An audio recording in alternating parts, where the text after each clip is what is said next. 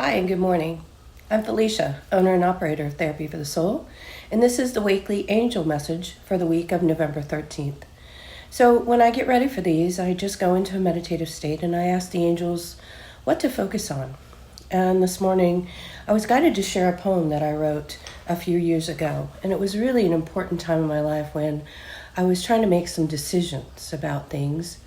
And the poem is called A Voice. I heard a voice whisper to me, write. So I wrote. I heard a voice whisper to me, sing. So I sang. I heard a voice whisper to me, love. And so I loved. And in that instant, everything changed. Even reading that, I can feel that the way it resonates in my heart. Because at the time I was seeking some guidance from my higher self, angels, God, anyone, as to what was I supposed to do. I was struggling with making a decision about leaving my relationship. I had been married a long time, but I had come to a point of awakening in my life, and I knew that I wasn't happy anymore, and neither was my family. And so it was time to make some changes. And I think that that's really important, is that even when you're working with the angels, they can't tell us what to do. They can guide us into different things that can help us to figure that out. God isn't even telling us what to do. We have our own free will. And so in that, I started writing. The singing was mantra. I started loving myself more, and everything started to change, and I got some clarity. And that was about 6 or 7 years ago now. And I've been guided to put together this book and start sharing these poems. So today, I'm tuning into the angels, and I have the Indigo Angel cards by Doreen and Charles Virtue. And I'm asking, what can we do that would help us to be able to tune into this voice in a greater clarity? So I call upon the angels, and I thank you for surrounding us in your presence and your grace to bring forth a message. And I specifically am asking for Archangel Uriel to come forward again, because he's the one that appeared in my messaging this morning. You'll often see him with a coppery golden color, and he's the divine teacher. So what can we do to help us to tune into the voice physically, mentally, and energetically? So with that, physically, self-care.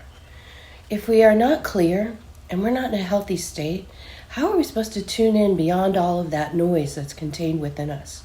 The ego mind, the stressed out mind, the adrenals pouring cortisol. And he's showing needing to just take some time, even as much as you guys hydrate. Get out to water. Make sure that your body is hydrated. Even for the work that I do, if I'm not hydrated, I can't channel energy. I can't hear things. So he's even showing take a bath. Go to the waters. Do some cleansing rituals. Do some things that help your physical body to be cared for. Self-care is important if you want to hear that inner voice. So that's the physical. This is for our mind. And our mind is saying, really, even if we have to care through our mind, it allows us to look through a situation, to start to see deeper. And really, the voice of intuition isn't going to give you an easy sort of surface level answer. The voice of intuition is going to ask you to go deeper within yourself and to listen deeper within. Look through the situation, not staying on the surface of whatever you're trying to make a decision. Try to see what is actually the truth behind what is going on. Even there, when I was making that decision, it was really saying, I want to be happy, I want to be healthy. I wasn't saying I want to leave my marriage, but it came to that, and I had to look through the situation. I see the light is flickering. He's offering that there we can take a moment, and even in meditation, go to the higher perspective and say, show me what I do not see. But remember, if your physical body's not in a good place, you're not energetically and physically cleansed, it's going to be hard to tune into that mental and see through those things. And this is our energy. It's showing an angel embracing compassion. To understand that a lot of times you don't know the true reason why you're struggling and suffering, and you're going to need to have compassion, because a part of us that protect ourselves from judgment won't allow you to understand things. And if something comes up, be compassionate with it.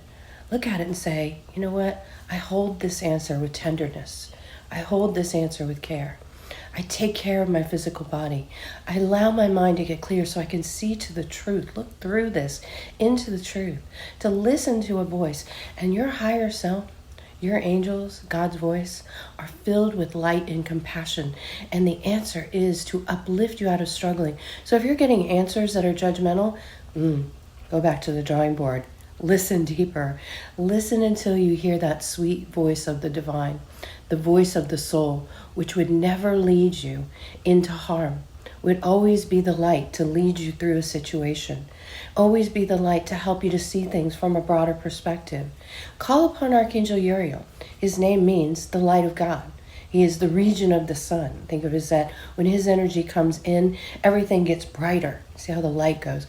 Everything gets brighter, that he brings a broader perspective. He's a beautiful healing angel, a very gentle angel. He will guide you possibly to some practices to do. There's one practice on my website on the beginning page under meditations called the rain technique.